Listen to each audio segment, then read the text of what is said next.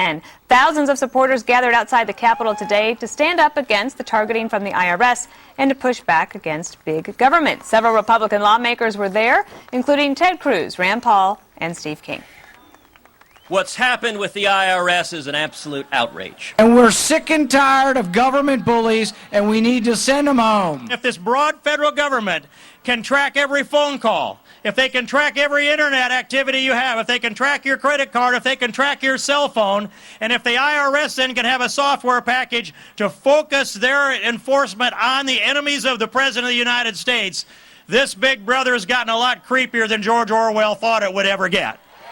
All right, we're going to kick this around. Eric, I wanted to ask you about how, after maybe a little bit of time of being apart, the mainstream Republicans or establishment and the Tea Party actually have a reason to come together now with fresh ideas or fresh ammunition because of the IRS scandal and then the possibility of the IRS, well, now it's in law, IRS taking over and implementing Obamacare. So that's like a new idea. Laughing. He made a face. You caught him now.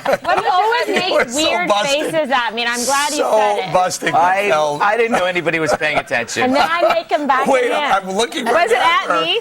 No, he was making a face at Kimberly. And then I made one back. Yes. It was really good. Anyhow, This so you were saying. welcome to the most mature hour of television on cable news. You what were I was saying yeah. is that Republicans under the big tent have a new, renewed vigor to unify against. I don't know. I'm like looking at Greg, wondering if he's making other comments. No, don't worry about him. But don't worry about Greg.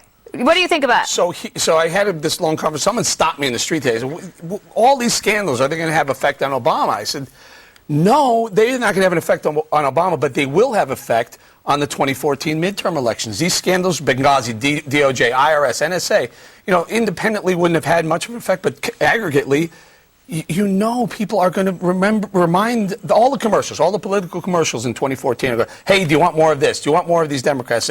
The transparency the Obama promise isn't going to happen. I think what it did was it's going to guarantee the GOP the House again, and it's going to actually get some seats for the GOP in the Senate. And really, that's kind of more important than winning the White House in 2016. Ooh, look at our resident skeptic is there with his... Well, being a resident skeptic, bringing the GOP together, looking at those speakers, you got the fringe of the fringe speaking. But that's who got the people to come out, though. Well, sure. I mean, they come out for those people because they're very far over the right. That picture, by the way, I've seen a lot of demonstrations in Washington. Whenever you want to make a demonstration look bigger, you always use a small lens on your camera. The Tea Party is not a very potent force this time around. I don't think. They had Obamacare last time. I just don't think, frankly, that they're that big a deal. And I think the Republican mainstream is running away from them. But even with this new round of scandals, do you think that they're pulling together? Bob is so wrong. Remember when President Obama said, "We are the ones we were waiting for"? Right. This is actually it. He inadvertently created a new modern movement, and it's like what Eric said. You start with class warfare. First, you start with Obamacare, disaster. Class warfare, Benghazi, DOJ, IRS, NSA, targeting innocents since 2008. The Tea Party is the tip of this arrow, and America actually has to get behind it with that arrow, stab the beast of big government, and watch it writhe and die. The IRS is the beating heart of that beast, and you got to do it. You look at those people, Bob, I know that you think they're funny looking and whatnot, but the most explosive thing you're going to find there is potato salad, and the only bomb you're going to find there's lip balm. Isn't that true? Yeah, people blame, people when the marathon bombing took place, what did Michael Moore suggest? That it was people like that do this stuff. These are good people. This is the calmest, sweetest revolution probably ever.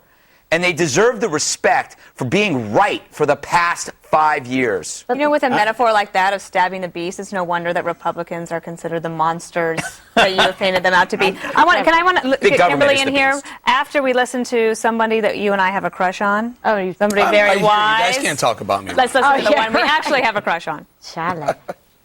We see what's happening with the IRS, with the DOJ, all these huge institutions, which are obviously failing the American people, being abusive, in some cases corrupt. This is a time for an ideological offensive on the part of conservatives, the vindication of the idea of smaller government. So stop the navel gazing and make the case. If conservatives do, they will win. Kimberly, I wanted to ask you, are the Republicans just too mired down in self-analysis and putting themselves on the couch and wondering what's going to happen to them and what do they really mean? Then they should just get together and do it. Yeah, you have to, at a certain point, make the jump past ideology and jump into action. I think that's why the Tea Party has resonated with so many people. And I think more than anything, Bob, sorry to say, they're back. And you know why they are significant? Because your side is afraid of them. Otherwise, why would they be targeting them with the IRS and auditing them and making sure that they don't get their tax-exempt status? Because they are fearful, because they did have an impact on the midterm elections, and they will again, because people are tired of the government abuse, all the problems, these scandals that we've seen with this administration. The Tea Party is addressing a lot of that in their platform. So it is a concern for your side. Just for the record, I have nothing against these people. I think they have every right to protest. I'm not making fun of them, for making fun of what they look like. Look at me. But the point here you consider yourself a handsome, swarthy man. The point is, are they going to have an impact in terms of the voting booth? I think some of these scandals collectively will bring out more people to the midterm election than normally are there. That one has nothing to do with the Tea Party, but people like the Tea Party who don't like big government. It's the vehicle. Whatever. They'll jump on the bus. You want to call it, but there will be an increase in voter turnout, and it will not be in the Democrats' favor. But I just don't think you can consider this a resurgent Tea Party movement. You can consider it a resurgent small government movement. Isn't that exactly what the Tea Party is there for? I mean, when you always say, and you'll agree that presidents, during elections, presidential election. The right will move to the right during the primaries and then move to the center for the general. Well, the midterm elections are like the primary's primary.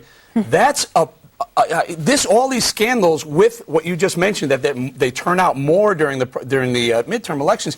This is very, very good for the GOP. Scandals happening now couldn't have happened at a better time. I agree. But let's remember that there'll be 20 million fewer voters at the polls in a midterm election than there will be a presidential election. If you have 1 million people or 1 million, 2 million who hadn't been there before in selective states and selective districts, it will make a difference. I've said from the beginning I thought that the Senate was going to be for these scandals. I thought the Senate was likely to be picked up by the Republicans. But Bob, the problem for the Democrats is this is fortuitous timing, right? The Tea Party has a good message, a platform that resonates, and there are a lot of facts, specific facts and circumstances right now you're going to have to align with what they're trying to say. Government abuse, government is too big, go for smaller government, less taxation, more privatization, less expanding of the government, forget about Obamacare and giving the government money when they don't work. Is this navel picking for the Republicans. You have been in this position, this has been your message for 10, 20 years. I mean, I don't see, unless you can get it into a coherent kind of message, and you think you're going to do it around negatives, around things like scandals and the rest of it. Does that emphasize the small government thing? Certainly it does.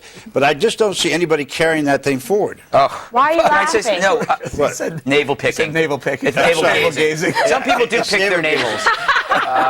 Don't you dare think about picking Mike. Is that why you were laughing at me, Dana? You have a navel the size of a hubcap. Because it's an easy mistake to make on what'd you say about hubcap? Said I had navel as big as hubcap. No, Bob's navel But the is thing big is, as a hubcap. it actually is a positive message that we're talking about here. I think a limited government is a positive message. But what Bob is saying is, you're up against something that is about free stuff. The Occupy Wall Street philosophy was make everything free, which is something that's always hard to argue against unless you have intelligence, which is what the Republican Party must find. Look at how the media is going to frame this. The Tea Party is the most dangerous group, just below the Taliban, NAMBLA, and Maroon 5.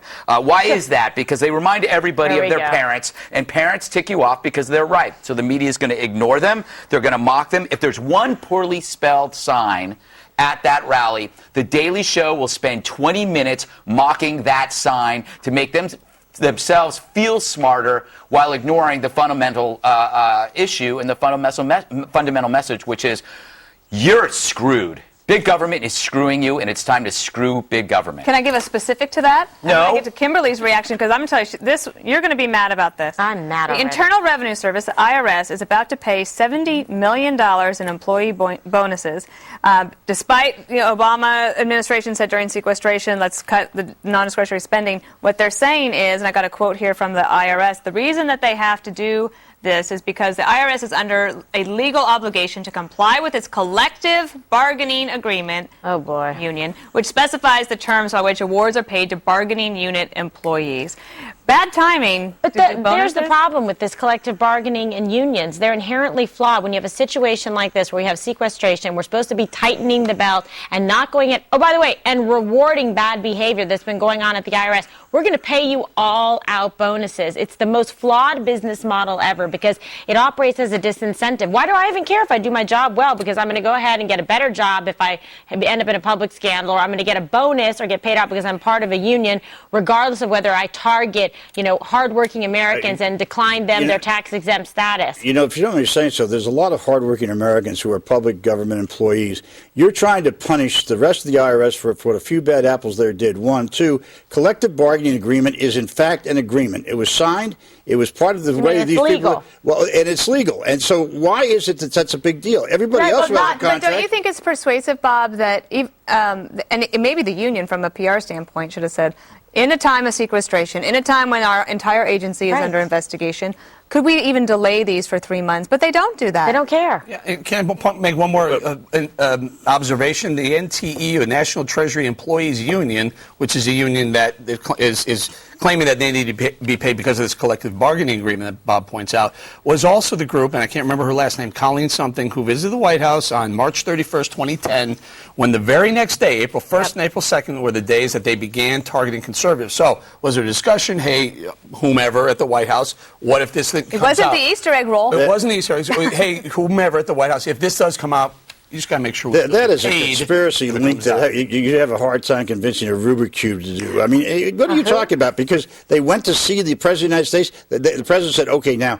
you guys go start looking into Tea Party groups. Is that what you're suggesting? I'm sure it was all just a coincidence. That's just absolutely crazy. That's crazier than you know. I think, when the message I get from this Tea Party thing is that every American needs to get involved in this, because if you get a target on your back, the target, oddly enough, becomes a shield. Because we've learned that the IRS is now getting in deep trouble for targeting people. And if you decide that you want to be a target, they can't touch you, and you could bring the IRS down. I think it's a really good advice. People should think about that. Very brave heart. Very good. Thank you very much. I took my pills this morning. God, you are in a better mood. Now go teach civics. Coming up, President Obama made a big announcement.